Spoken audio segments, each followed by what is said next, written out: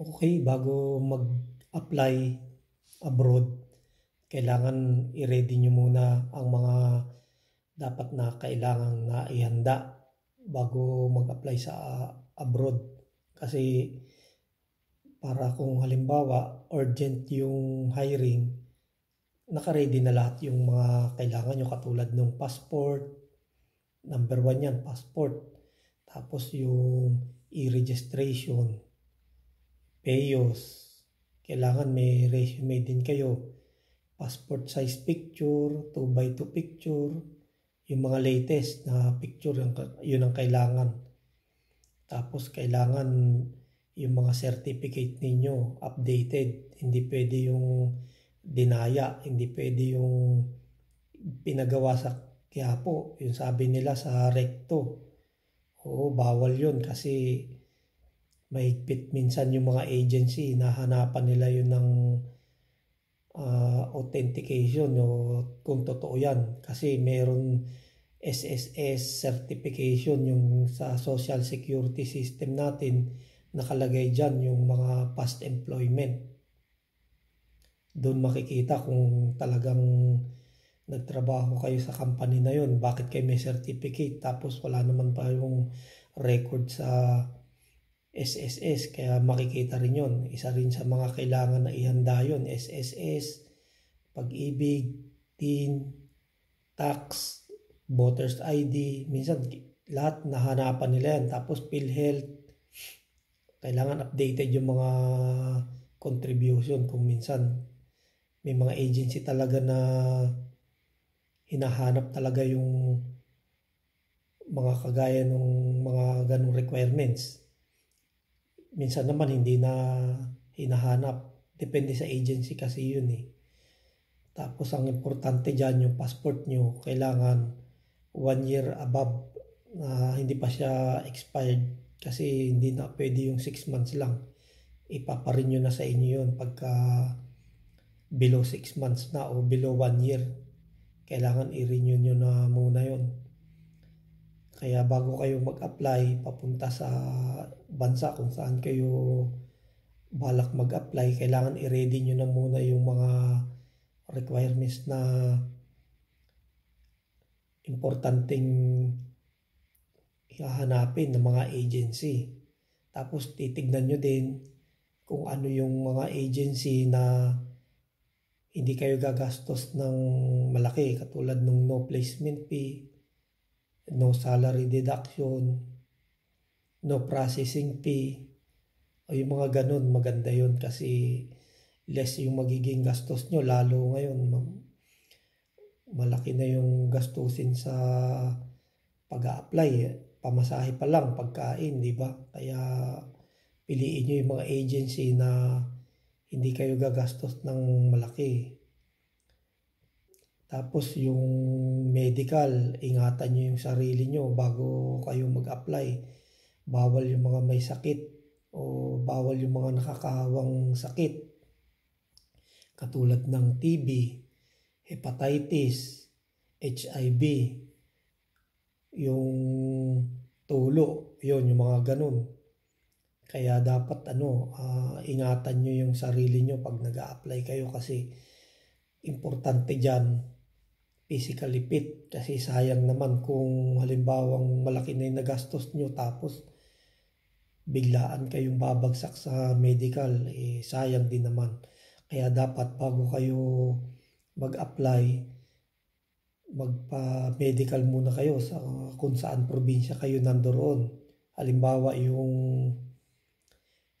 x-ray o kung may dati kayong history ng PTB, dapat tignan nyo muna kung tatanggapin nila, kung papayag sila kahit may scar. Kasi may mga agency na ayaw ng may history ng PTB. Gusto nila yung talagang clear talaga. Pero kung hindi naman na-active yung inyong pulmonary TB o peklat na lang yan, kukuha kayo ng pulmonary clearance. Okay? Tapos kailangan iwasan nyo yung mga street foods muna, yung mga nakakahawang sakit katulad ng hepatitis. Yan yung madalas na nagiging problema ng mga aplikante. Kasi kahit saan kayo mag-apply o kahit abroad o local, pagka may sakit na hepatitis, bawal yun. Lalo na yung HIV o tulo, talagang hindi kayo matatanggap niyan. Kaya ingatan nyo yung mga sarili nyo bago kayo mag-apply. Abroad pa naman, malaki ang gastusin dyan. Para hindi masayang yung pagod nyo, kung wala kayong pera, pwede namang unti-unti. Halimbawa, nagpa-x-ray muna kayo, tapos susunod, kung pakuha kayo ng dugo, Hepa B test, tapos nun yung dental, tapos nun yung mga iba pang blood test na ginagawa sa medical, katulad yung urine test, stool test o iba pa. So unti-unti lang, tiyaga lang. Kasi ganun talaga pagka nag-a-apply, hindi naman agad-agad na na pagka na-apply ka, natanggap ka sa interview, papasa ka na sa medical, hindi naman ganun yun. Kasi may proseso pang pinagdadaanan yan Maraming proseso. Kaya sabi nga nila, lahat ng mga naging OFW o nakapunta na sa ibang bansa, hindi madali ang pinagdadaanan ng maging isang OFW kasi magastos, tsaka yung sakripisyo, yung hirap, yung pagod, kasama na yan. Malilipasan ka ng gutom, puyat, lahat na. Kaya ganun talaga ang buhay OFW. Tapos kailangan maging maayos pa yung iyong pagpunta sa mga agency para presentable ka. Hindi pwede yung gugusin. Baka mamaya, imbes na matanggap ka, hindi ka matanggap. Lalo na yung mga katulad yan, may mga requirements na college graduate pa o high school graduate. Yan, may discrimination minsan. Lalo sa experience. Pag walang experience, minsan talagang hindi natatanggap. Pero minsan naman, kahit may experience o walang experience ay natatanggap din. Kaya dapat titignan nyo pa rin palagi kung ano yung mga pwede kayong mag-apply.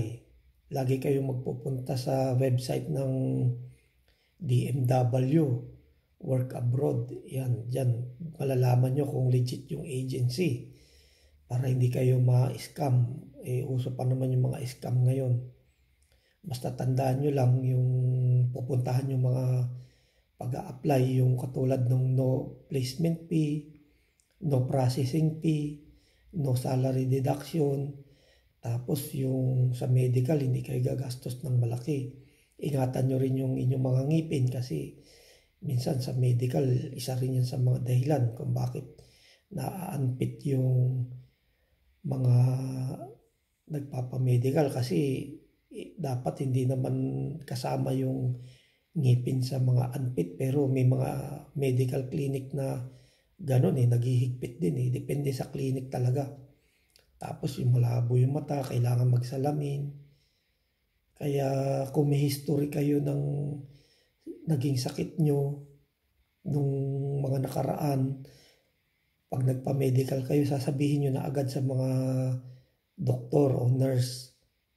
Isa pa sa mga ingatan nyo, yung mataas yung blood pressure nyo kasi ang mataas ng blood pressure, yung BP, walang pinipiling edad ngayon. Bata pa pero high blood na. May edad na pero normal lang yung BP. Kaya mag-iingat din kayo sa mga ganon. Tapos yan, yung timbang. Hindi din kayo pwedeng overweight. Tsaka yung sa ECG. Kaya maraming proseso talaga. Ang tip ko lang sa inyo, pagka kayo high blood, subukan nyo lang na uminom lagi ng yung nilaga na talbos ng kamote, yung pinaglagaan niya. Baka sakaling makatulong din yun sa inyo. Kung kayo ay high blood, iwasan nyo muna yung magpuyat. Tsaka yung mga paninigarilyo ng sobra. Alak yan, isa pa yan. Para hindi kayo ma-unfit. Okay?